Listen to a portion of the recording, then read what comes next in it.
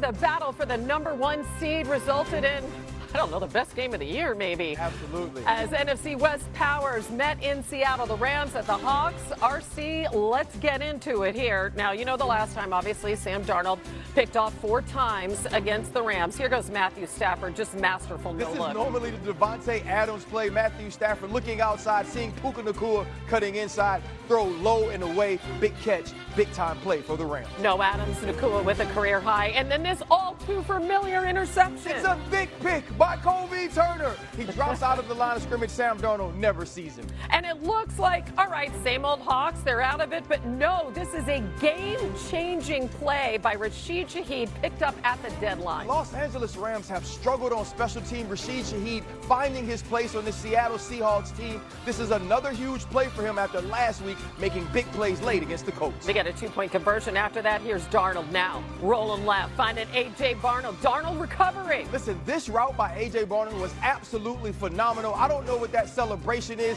but he deserved to do anyone he wanted to. This is for the tie, and I don't know what this was, but let's try to take This is actually the right call, Hannah. It's a great call. Lateral. Sharpe picks up the football. This is why they always tell the defenders, pick up the football if it's on the ground. Do not leave it in the officials' hands. They did that, and this is one of the game-changing plays, and it's totally different because Sharpe picks up this football. Yeah, that's a 2-point conversion, and we are on to overtime, tied at 30. Here goes Stafford back to Nacua, who had a career high. You might need to take Puka Nacua Twitter, but you sure don't need to take him off the field. This is a huge play in overtime, a dagger route, perfect pass, catch and run, touchdown Rams. After a tumultuous week, yes, okay.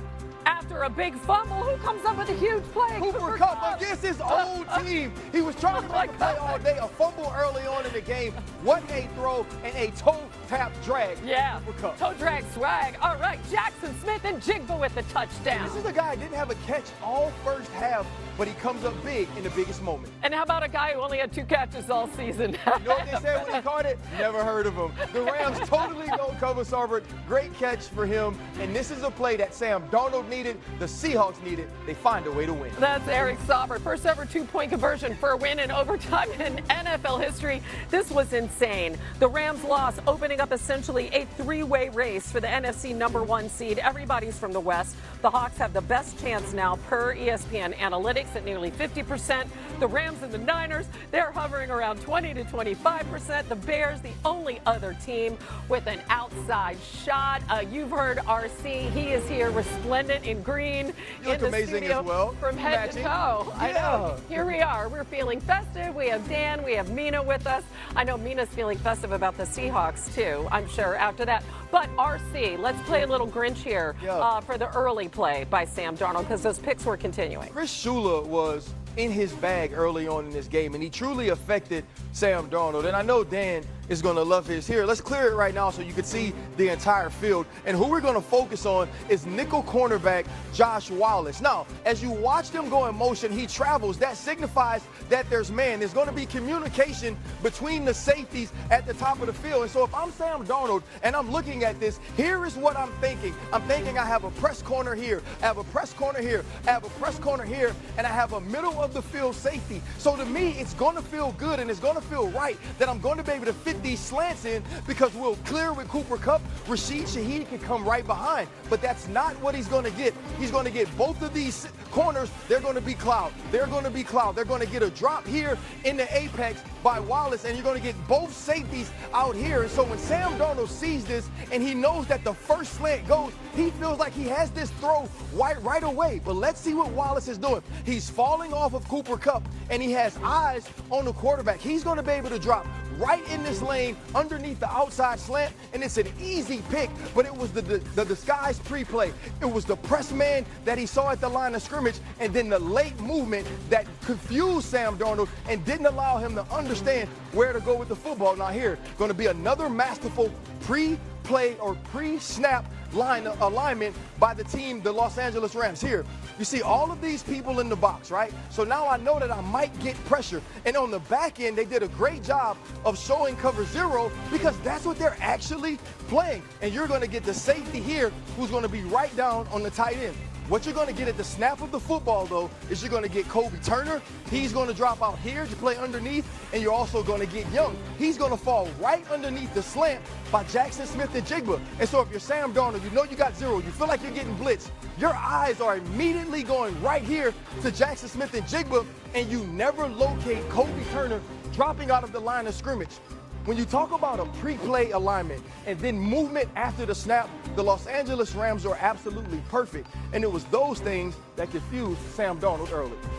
Yeah, really cool, though, the way that he shook off his mistakes and came back for that all-important last drive. What'd you see there, Dan? Dan? Oh, Dan. He's back. He's back. He didn't see much. Oh, I saw it. It was great. I saw it. Okay, Dan. Well, let's go. Dan, all-important last drive. What'd you think? Yeah, I mean, RC's point is perfect about what happened earlier, but I would say he's clutch. He's resilient. I mean, these three throws, when you're motioning JSN to that choice route and that shrunk down split by Cooper Kupp, it creates space. The easy throw is to JSN. The gutsy throw is over the top to Cooper Kupp. So that gives you that big chunk.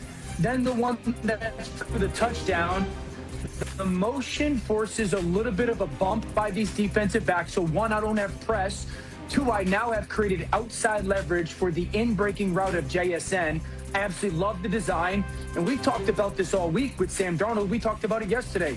Will he get through the progressions? That's number 2 in the progression. Then the two-pointer. This is Sam Darnold at his absolute best, and this is what Sam Darnold has not done this year.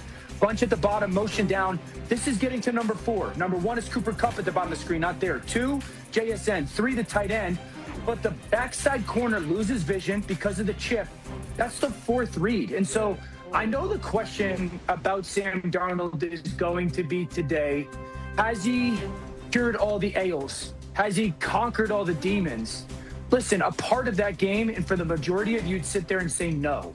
You'd sit there and say, I'm still concerned. Yeah. But I will say there's something to be said for a dude who's got thick skin. And that will matter in the playoffs in big, big moments. He's resilient. He's mentally tough. It wasn't perfect. And yes, I'm still concerned. But, man, when they gave him the opportunity to go get it done, even though it was bad all the way up until then, he got it done. Yeah, he was fearless in overtime. Next Gen Stats has this great stat called completion probability, which is basically the difficulty of a throw. Sam Darnold, his 5 most difficult throws in terms of completion probability of the night, 4 were on that overtime drive. I would argue the corner to Kupp is the best throw he made the entire season, and he's thrown some pretty balls this season. He got smoked on that too, so stood in the pocket and took a hit. So Sam, I agree with Dan completely about the mental toughness. Obviously, he had his struggles that Ryan illustrated early on, but I think there were a couple of encouraging things generally from